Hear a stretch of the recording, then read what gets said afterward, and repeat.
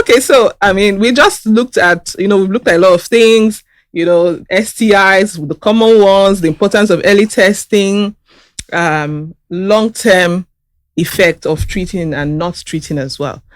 And then on to something very, very important. I mean, that's what we've been laughing about before this session. Let me sip my tea before I start this one. I think you guys want to sip your tea first. Now, how do you want to communicate to your partner? Because now you guys have said something very important, okay? That even if you found out that you're positive for any of the STIs, even though you take the treatment and you go back to, it's just like swimming in a pool and having a bath and going back to the infected pool to swim again. So it means that obviously for your treatment to be as effective, your partner needs to be tested as well. So now brings me to the very important and big topic. How do you tell your partner about your status? And then everybody here is married, right? Dr. Tade, Dr. Ofem, and Dr. Owoye. So fantastic.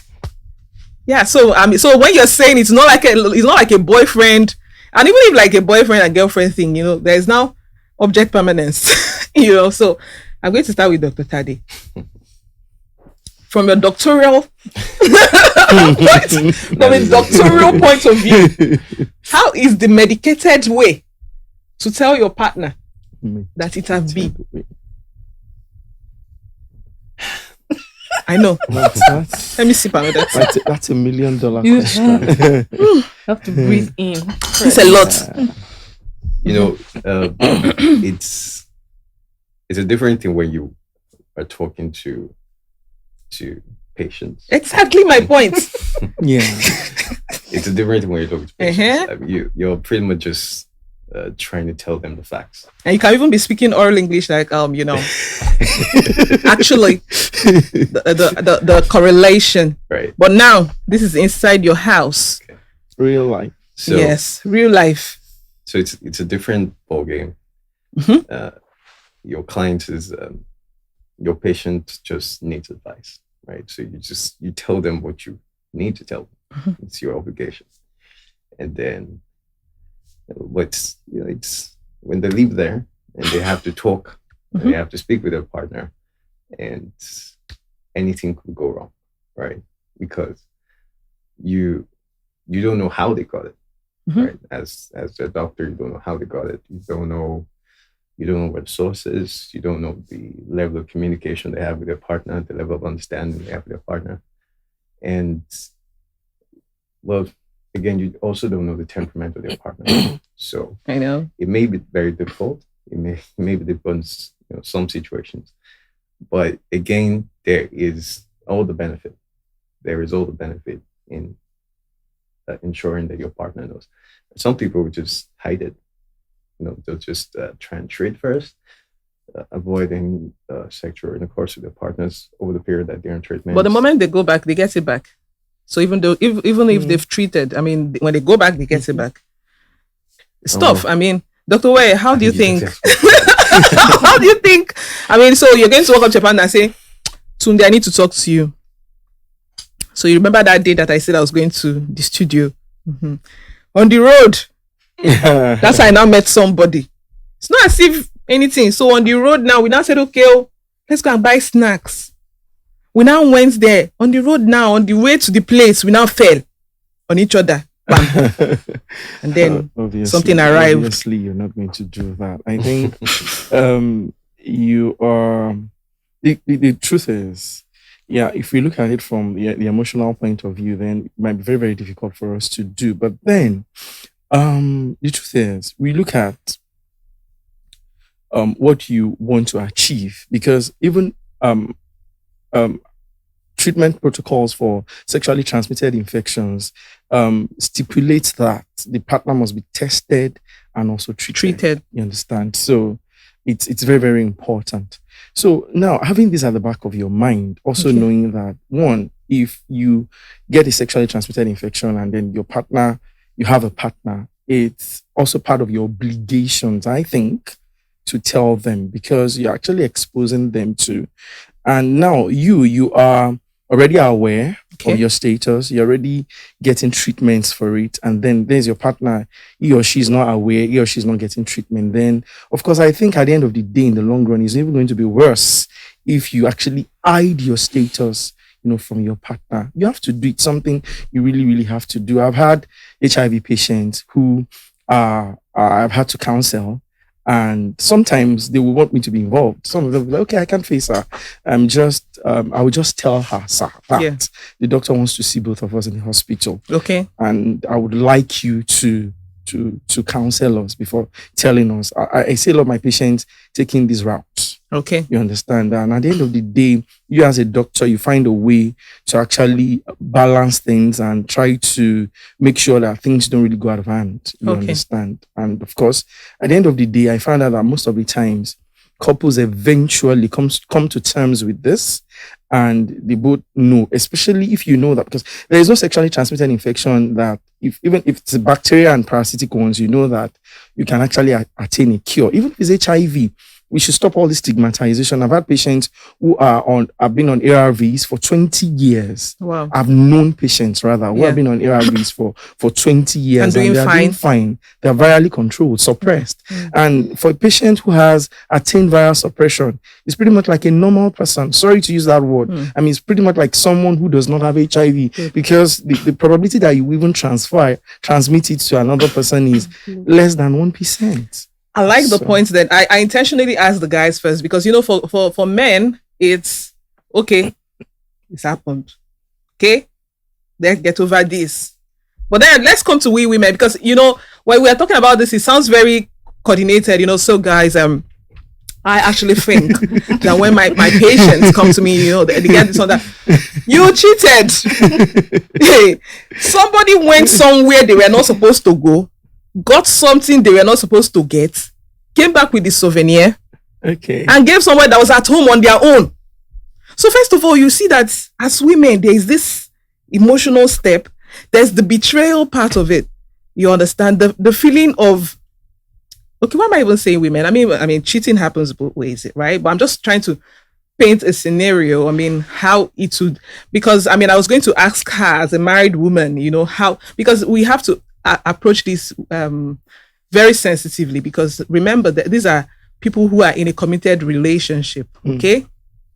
And ideally, maybe if they were together, nobody takes account, of course, the things that were there before they got together, but it's assumed that this thing happened while they were together. So there's the emotional part, there's a cheating part. And of course, this treatment, some of them might be invasive. Like women, they may have to collect samples from your vagina, or they may have to go to, am I right, doctors? They may have to go through certain treatments that for a partner who wasn't doing the wrong stuff, it might feel very emotionally damaging. Okay. So there should be, like you rightly said, the counseling part of it. So I'm going to ask Dr. Ofem.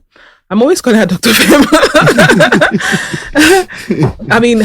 What do you think? What do you think about, from a married woman's perspective, how do you think, or a married person, how do you think couples should go about, telling each other of their status?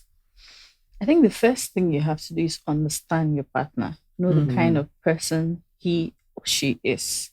Because if you know you're going to tell your partner, okay, let's go and treat this, the first question is why?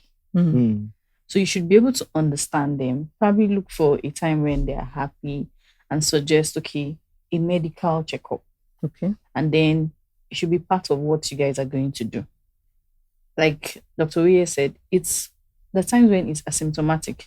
You wouldn't know you have these things because you're not showing any signs, no symptoms at all.